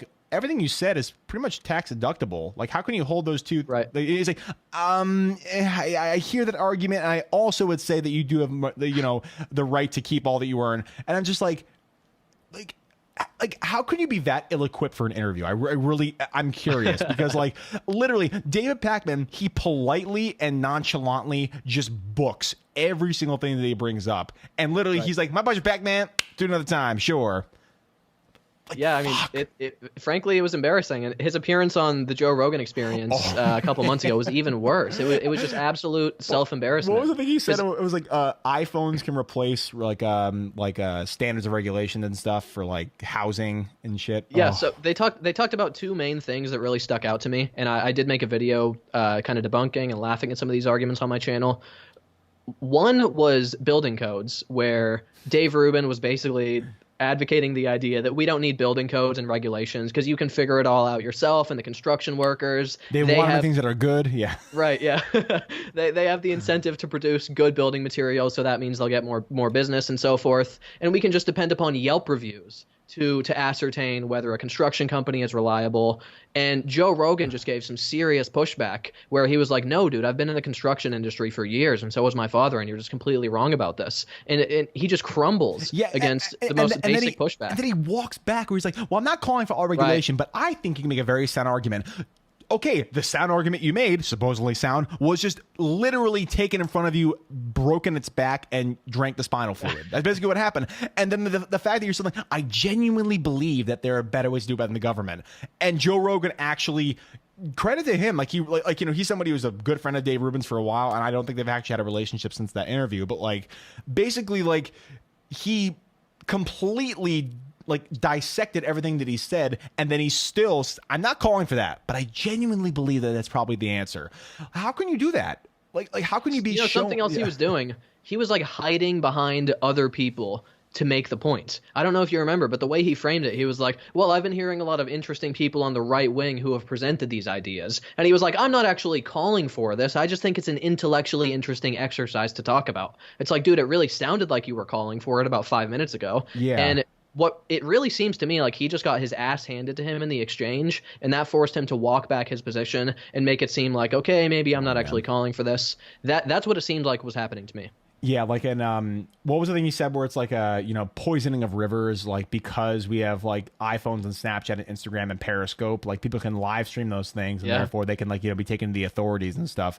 And legitimately, okay, even if we grant that premise is somewhat effective, how many rivers have to be poisoned and how many environments have to be destroyed before those things self-regulate? Exactly. Like for example, like let's say the FDA, they got rid of all the meat packaging requirements and like the hygienic standards for food, and let's say like a chicken restaurant starts serving fried bats, like Anchorman, for example. That's a plot point in the second Anchorman. That's very funny.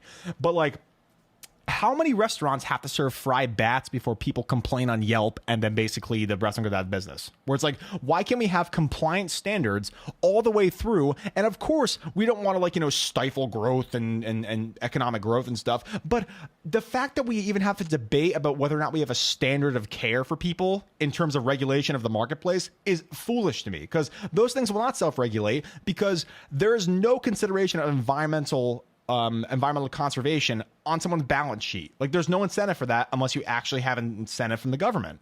And yeah, man, it's like there's just so much wrong with that whole like non-aggression principle where I don't think it's really a debatable topic. And the fact that people try to couch it as one is just kind of sad.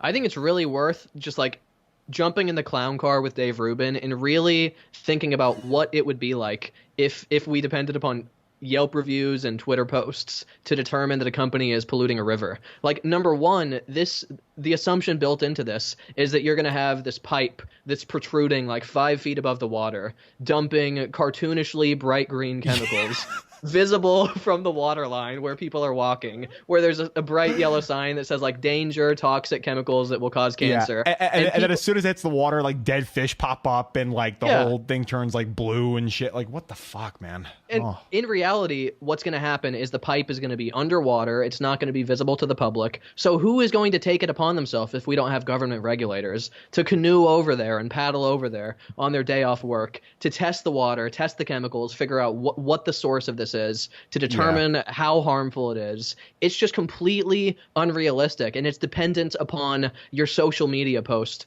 basically going viral enough to convince this company that if they don't change their ways, then it's going to be economically detrimental to them. There are just so many unrealistic assumptions built into this worldview. It's a fantasy. That's what it is. Yeah, exactly. And like, it's just, it's like you said, he views like that whole thing. I think it's like the premise of The Simpsons, I want to say, where it's like in the movie, like they poison the lake, and then like as soon as like a drop hits the water, a skull and crossbones like flies up and stuff. Right. I feel like he views like government sanctioned like pollution, stuff like that. I feel like he views it like that, where it's like almost like a cartoon, and Right. like those things aren't going to happen. Like the thing with the food I brought up, for example, like just because you have like, you know, FDA non-compliant meat doesn't mean it's not going to taste good in the moment. But when you get E. coli a couple weeks later, then of course you're going to realize that, oh shit, what I ate has an actual detriment to my health. So how many people have to experience, you know, poisonous water? How many people have to eat things that make them very, very sick? How many products that don't have any kind of regulation have to abuse the consumer in a negative way? And yeah, like those just aren't tenable positions. And like you said, it's built on just so many things being baked into the premise. Like, okay, as soon as they start polluting, people are going to like sit there with a periscope open and like, you know, stream it and stuff. Yeah, man. Fuck. Like, there's another thing he said that was really stupid about, I think it was, I want to say it was like the baker with the gay marriage thing. I think he's something really stupid about that as well. Like, he was talking about how, you know, if you don't like the baker or whatever, move to another town or something like that. But like the complete disregard of like protected classes under the Civil Rights Act and stuff. Like as a gay person, how could he like just make that in good faith? Or of course it's not in good faith, but like how could he guilt-free spew that and like not feel like the biggest piece of shit of all time by saying that stuff? You know what I think was one of the most humiliating things I've ever seen is when he had Ben Shapiro on the Rubin Report, and he just flat out asked him to his face. He was like, you know, Ben Shapiro, you're a fundamentalist religious person or whatever. You're an Orthodox Jew.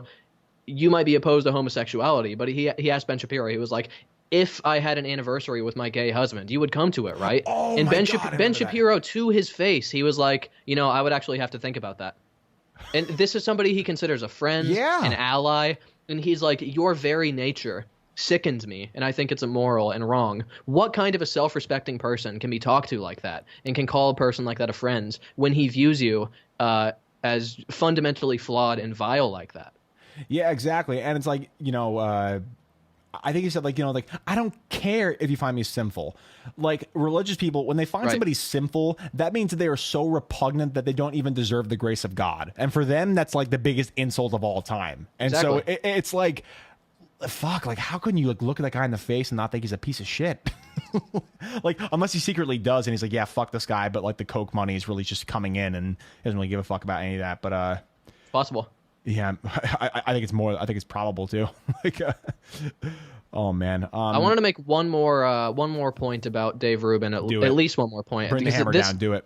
This it's just kind of a silly point, but I think it's funny that he really seems to like to label himself with these really intense sounding terms like, I'm a part of the new center, part of the intellectual dark web. Like, yeah, like he seems to really enjoy applying to himself these terms that make it seem like he's part of this daring vanguard that's, you know, challenging conventional wisdom and just like really doing something brave and uniquely deserving of praise. When I don't really see him doing anything that spectacular. He's basically just having conversations with people, and he frames it. He's like, I just want to talk about ideas, bro. It's like, yeah, Dave, that's what people do when they have conversations. They talk about ideas. I don't really see him doing anything all that unique.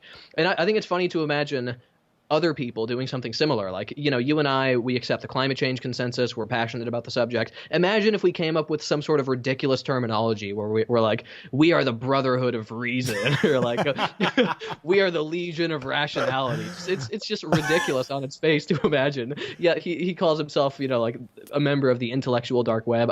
I just think it's goofy and just worth laughing at. Oh yeah, it's so goofy. And also, like, he's somebody who like associates himself with people that like, you know, hate labels and stuff. But nobody loves labels more than Dave Rubin. Like, literally, the regressive left, like, you know, are not progressive but regressive. And I'm an intellectual, you know, absolutist and a free speech advocate. But I'm also a classical liberal. I'm part of the intellectual dark web. It's like he always, like, you know, attacks people for using, like, you know, you're gonna reduce somebody to labels and you're gonna reduce somebody to like a term and stuff. And literally, you're the label king. Like, you have a back room and you just have like little like staples, like labels, and Right. post on people. And like the fact that you were able to confer all those labels on other people and yourself and then attack people for using labels in the first place, it just kind of proves how intellectually vapid he really is. Here's another good example of that. He claims to be all about free speech and opposed to safe spaces. This guy blocks more people on Twitter than anybody I've ever encountered. Have you gotten blocked? Oh, he blocked me like 4 months ago. Yeah, Nice. I was tweeting at him. I can't remember exactly what it was. It was before, I think it was before Politicon. I thought he was one of the people that would be there. And I was tweeting at him. I was saying, like, you're probably just going to, regurgitate the same 3 boring, uninteresting talking points you've been making about how SJWs are bad. Free speech is important. Sure, he makes some good points, but these are just really basic ideas that aren't very original or intellectually stimulating. And I was just kind of shitting on his basic approach, and he blocked me.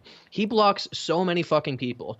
Click on any post that tags at Rubin Report, and you'll see like a dozen people saying, screenshot the tweet. I can't see it because he blocks me. He blocks so many people, so he creates this intellectual safe space for himself on Twitter. Then he goes onto his program and condemns safe spaces and talks about how important it is to engage in the battle of ideas that he runs away from by constantly blocking people who are criticizing him. It's ridiculous. Dude, 2 things. So, 1, do you know the Progressive Voice by any chance? Do I know what? The Progressive Voice, he's a YouTube channel. Oh, yeah. Yeah, I'm familiar with it. Yeah.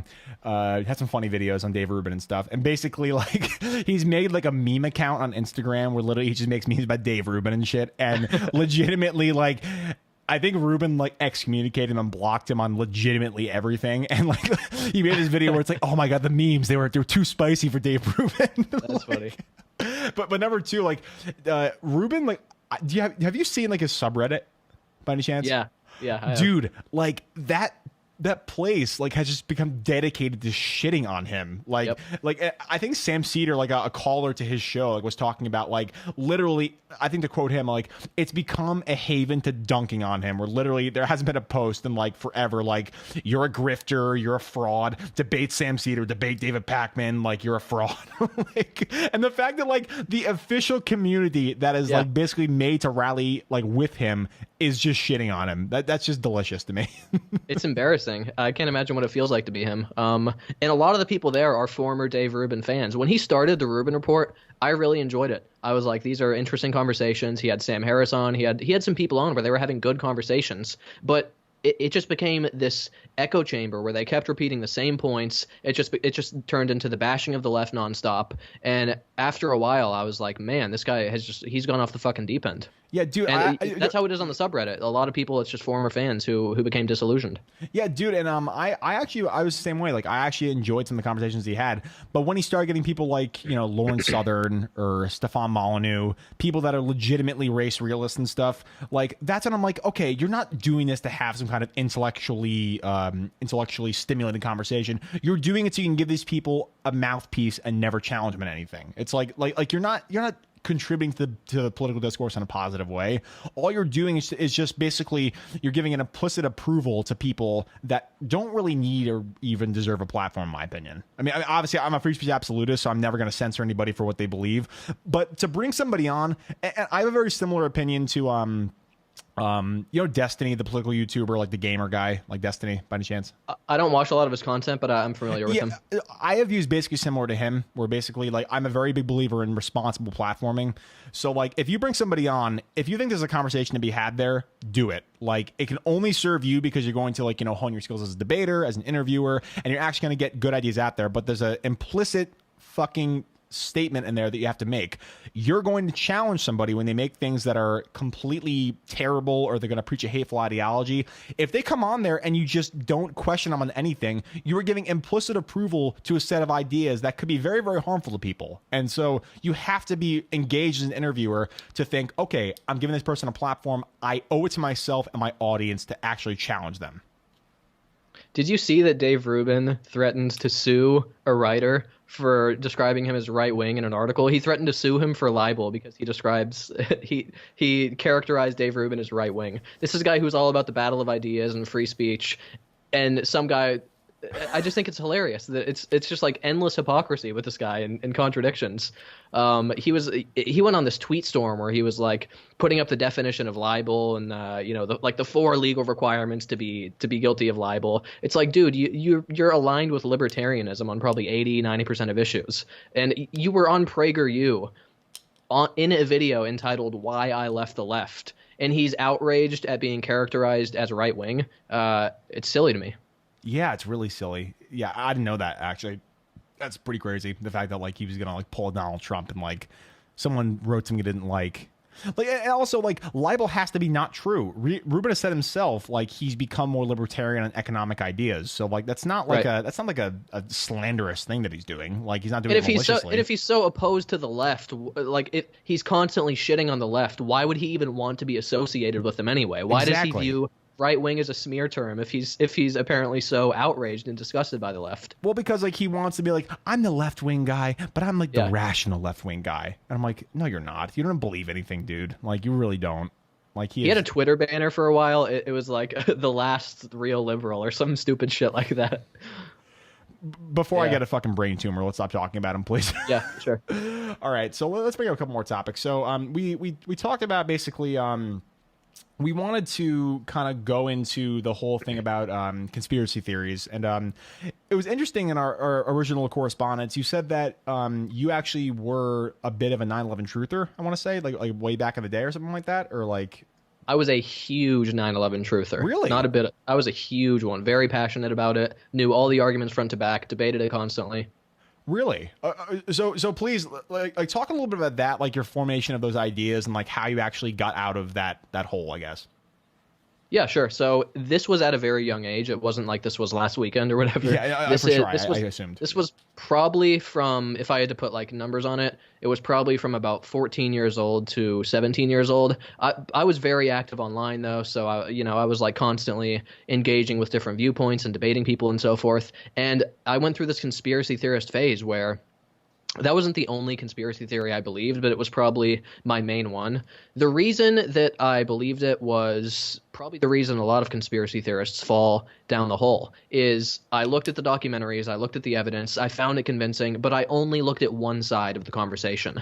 I was living inside of an echo chamber where I would go onto these forums where I would be talking with like-minded people. 95% of us agree with each other. It's just an echo chamber where we're constantly affirming each other's views. When a person comes in who disagrees with us, everyone dogpiles on him. Not at all a fair debates. You're getting affirmed with, likes on the forums and so forth where you think, man, I'm fucking killing it. Everyone agrees with me. This is great. But really, I was just living inside of an echo chamber. I never actually took the time to thoroughly investigate the so-called official story. I never really carefully looked into counter-arguments to my position. I knew all of the arguments front to back. I could make the case better than just about anybody. I debated it constantly online, but I never really did a careful audit of my own views to see what was wrong with them. And the way that I escaped it was pretty much by just becoming an all-around-the-board better critical thinker. This was a gradual process. It wasn't like a one-day event, but it's, I started out reading a lot of the atheist literature, atheism versus religion, and so forth. From that, I sort of branched into debunking of pseudoscience more generally, and then I just kind of branched out to just really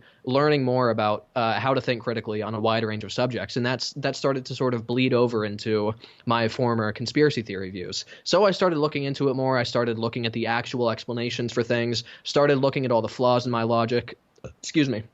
That I never really took into consideration. And eventually I just got to the point where I was like, I don't believe this shit anymore. And I see just so many flaws with what I used to accept. Yeah. Well, I mean, of course it's great because like, I feel like the whole 9/11 truthism thing, it's like, I mean, of course, Occam's razor, like in symbolic logic, basically like the most easily arrived at or the easiest answer is probably the correct one. Like I just find I have a really difficult time believing like memes of George Bush and shit aside, like I really find it difficult to think that like there's this massive government conspiracy where all this stuff could be explained by these very minute details of the incident and different vantage points of cell phone footage that was taken and stuff.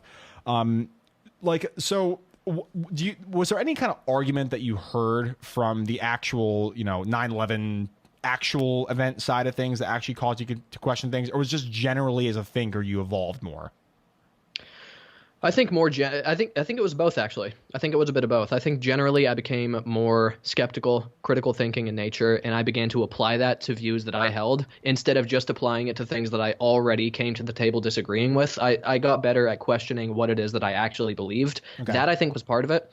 Also, another key part of it was just really taking a close look at what it is that actually explains the collapse of the Twin Towers, for example. I never really did that. I spent months, maybe even years, like passionately believing in this, and I never really took the time to carefully look into the explanation for how structural damage plus the weakening of steel via fire could cause the collapse of a building. And once I did that, once I was actually presented with facts and counter arguments, I was like, man, my old position just doesn't really make any sense.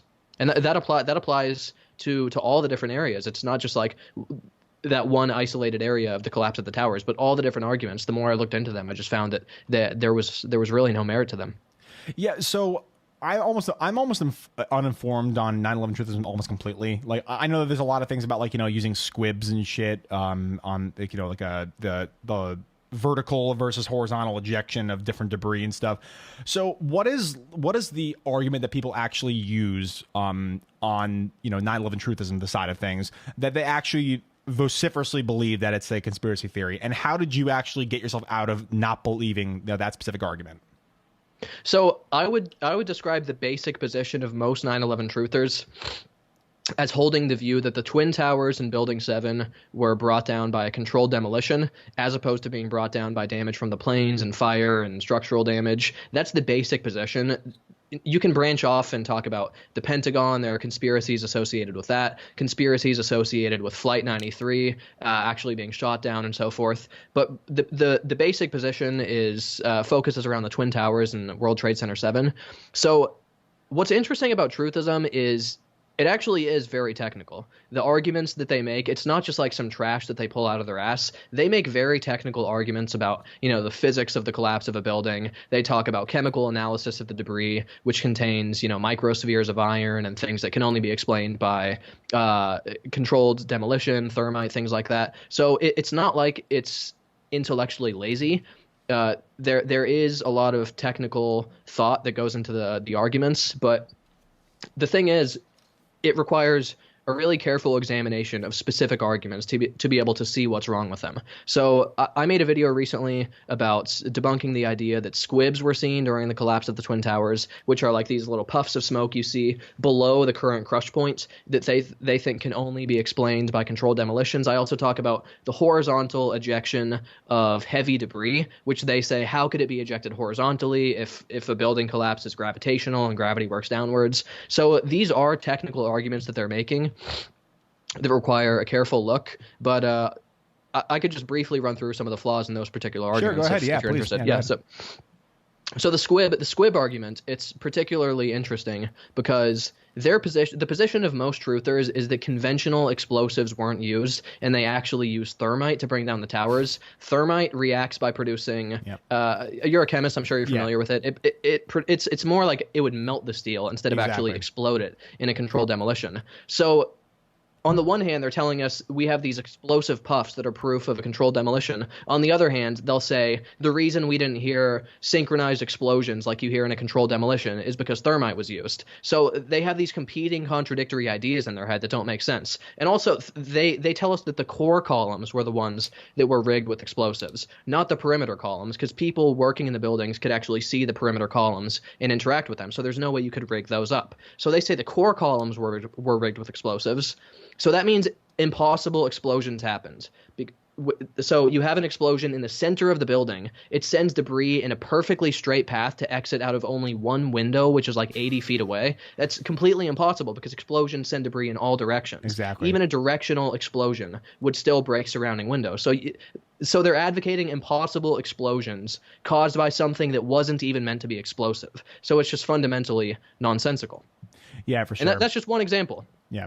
So like so I guess my question is, like, for 9/11 truthism, again, I'm almost uninformed this almost entirely, but so do they believe that the planes were actually hijacked by terrorists, or did they believe that was actually orchestrated by the government who actually sanctioned people to be trained in Iraq or Afghanistan or Saudi Arabia or different things, and then they actually take the planes and fly them to the towers, or is it because the government actually realized that, oh shit, they're hit by planes, time to bring them down? What's interesting about truthism is there's such a rich diversity of ridiculous ideas that they hold. Some people say it wasn't actually a conventional commercial jet, but it was actually a military cargo plane. Some say the planes were holograms. Some say that it was actually a missile that crashed into the Pentagon and not an airplane. Some, Oh man. in terms of the hijackers, some say the planes were on autopilot and they were controlled by robots and nobody was in them. Some say that the hijackers were government agents. So there are all kinds of different arguments. You can't exactly say like one particular thing is what they believe. There's a pretty wide range of what they accept. But the conventional viewpoint would be that the planes struck the building. It was basically a government plot to make it look like the planes caused the damage when really a controlled demolition brought down the buildings.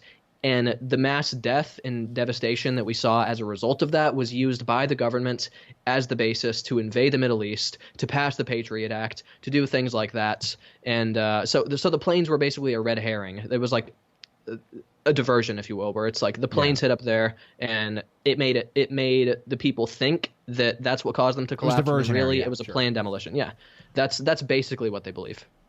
God, like you got to jump through so many different holes of logic to actually believe something like that. So it's great that you actually like convince yourself that like it was a farce. That's that's good. Yeah, man.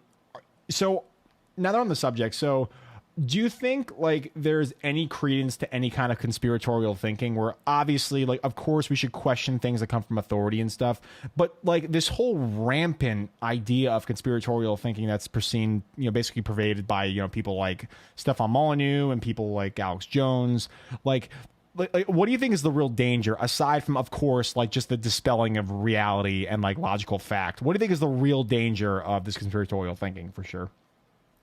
I guess it depends on the individual conspiracy. Sometimes you could argue it's the only harm is really that a person is wasting their life believing nonsense. Yeah. Sometimes people might act upon their conspiratorial beliefs. This is extremely rare, though. If you have like some nut job try and shoot up the Bush administration because he thinks it was an inside job, things like that are pretty rare. So you have to take it based upon what kind of conspiracy we're talking about. Oftentimes, I think the harm is just that a person is wasting their life believing rubbish, but that's harm enough for me to think that we should try to get them to reconsider their beliefs and no longer accept those ideas. Yeah, for sure. Yeah, that's the only thing you can do. You have to become more informed in what you actually choose to speak about. But yeah, it's like we said, like this kind of like this anti-intellectual movement is really kind of promulgating a lot of dangerous side effects, like people that believe in conspiracy theories, people that don't even try and like understand issues from an opposing viewpoint. It's really deeply troubling. I mean, when you look at the extremes of something like conspiracy thinking, but also just generally people not equipped for political discourse in any kind of rational way. So I guess moving on, because, obviously the 9/11 truthism is interesting, but, we only have a limited amount of time here. Yeah, sure. So I would say that, so we're seeing kind of this rift in the Democratic Party where we have this kind of pro-corporate versus anti-corporate agenda that's kind of intersecting. Obviously the poster child of that is Bernie Sanders versus Hillary Clinton. One is a populist and one's kind of anti-establishment. The other is the capitulation of everything that is corporate and is special interest and is kind of this Washington insider. And so we're seeing more and more candidates that are on kind of the pro-establishment side of things that are, I guess they're, I don't know if pandering is the right word, but like they're portraying themselves as like, as supporting ideas they may not necessarily agree with. So, for example, someone like Kamala Harris, who has advocated for the private system of healthcare for a long, long time, and now recently has come out for Medicare for all. Same thing with Cory Booker, but of course he's walked back in that even more so than Kamala Harris has. What do you think of this whole rhetoric game that people on the pro-establishment side of the Democratic Party are playing right now? Do you think they genuinely are going to try and push for progressive policies, or it's just a political football where we're going to get into office and then like really kind of stab people that voted for them in the back? Yeah, I think it's a really important question to ask before you vote for somebody, and when you're considering who to vote for. It's hard to say because none of us can read minds, but yeah. I tend to lean. I've become so disillusioned and cynical, just observing and learning about the political process, that when you have these establishments politicians or establishment-leaning politicians who sort of see the light and adopt more progressive viewpoints. Maybe unjustifiably, I'm always a little skeptical of that, and I always think maybe they're just telling people what they want to hear so that they can get elected, and then once they actually get into office, they're not going to back those ideas that they paid lip service to during the primaries. Arguably, even with Barack Obama, this is what we saw, where he ran a very populist, progressive, left-leaning campaign. Yeah. Once he got into office, even with a supermajority, we got this really watered-down, lukewarm healthcare reform that was originally a right-wing idea. Heritage Foundation repealed papers on it. Yeah, it's stupid. Yeah, that's just one example of where the rhetoric just didn't match the actual actions that we see once he got elected into office. So I do worry that if it's a politician that is establishment leaning, if it's somebody that you have a hard time trusting, I think it's totally valid to be skeptical of them. I'm a supporter of politicians who don't just talk the talk, but I actually look at their actions, I look at their voting record, I look at their history, and I look at their character, and I think I can actually trust this person. Bernie Sanders, that's the one person that really stands out to me as a person who doesn't just talk about these views, but for decades has held these views, has been fighting for them, and I genuinely trust him to not be corrupted. Some might say that's naive, but I think if you just look at the rhetoric, if you look at the passion throughout his entire political career, I think he actually has the actions to back it up. So he's the one person I really trust. Maybe these centrist establishment politicians genuinely are evolving and changing, and if so, that's great. But they're certainly not going to be the first people I rush to vote for. No, for sure. I totally agree with that. And I like the point you brought up where it's like you can have somebody that talk the talk all day. I mean, look at Hillary Clinton, for example. In a recent interview with, I think it was CNN or something like that, she was talking about Kamala Harris, and she's like, look, I've been a proponent of universal healthcare my entire career. I'm like, that's factually not true. Like, you were for universal healthcare, and then you took a bunch of money from big pharma and the healthcare industry, and then you went back against that and railed against it. So you can't just say things that are so easily disprovable. Like, it's strange that people think it's like 1992 and like people can't Google shit that you've said, right? And people can't read what you've done. Like 538, for example, I have my problems with them, but they actually keep records of people vote in certain ways, and people actually tabulate that, which is great. But the thing that really pisses me off, it's like, if you're going to oppose somebody, you can't just do so in terms of rhetoric. Like, you have to do it in terms of the way you vote and the way you actually advocate for certain policies. For example, on the Republican side of things, someone like Jeff Flake. Jeff Flake has been the most anti-Trump guy you could ever imagine, and he has voted with Trump, I think it's 87% of the time on all the issues. So you can't just be anti-Trump in terms of his mean tweets and his tone and his stupidity. You can't couch yourself as a person who's actually opposed to him unless you actually are viscerally opposed to what he chooses to do. Honestly, like, you can't couch yourself as like being anti-Trump and then just decorum police him. Like, that's so damaging for actually for just discourse generally, because you're not actually standing up for what you believe in. You're just saying, I'm opposed to this one person's ideology in this specific way, which doesn't really affect how I'm going to vote. So like, you can't proclaim yourself as like this kind of ideologue, but then just capitulate to whatever he does. It's just silly. Yeah, you kind of cut out there at the end, but I caught the gist of it. Yeah, sorry, my microphone's is shit. But oh no, it's better now. Correct. So anyway, yeah, you saw something similar with John McCain, the so-called maverick, who was constantly portrayed as being, bucking Republican orthodoxy. Same thing with him. You look at his voting record; it's something like 90% of the time he's voting in line with the GOP. That doesn't sound like a maverick to me.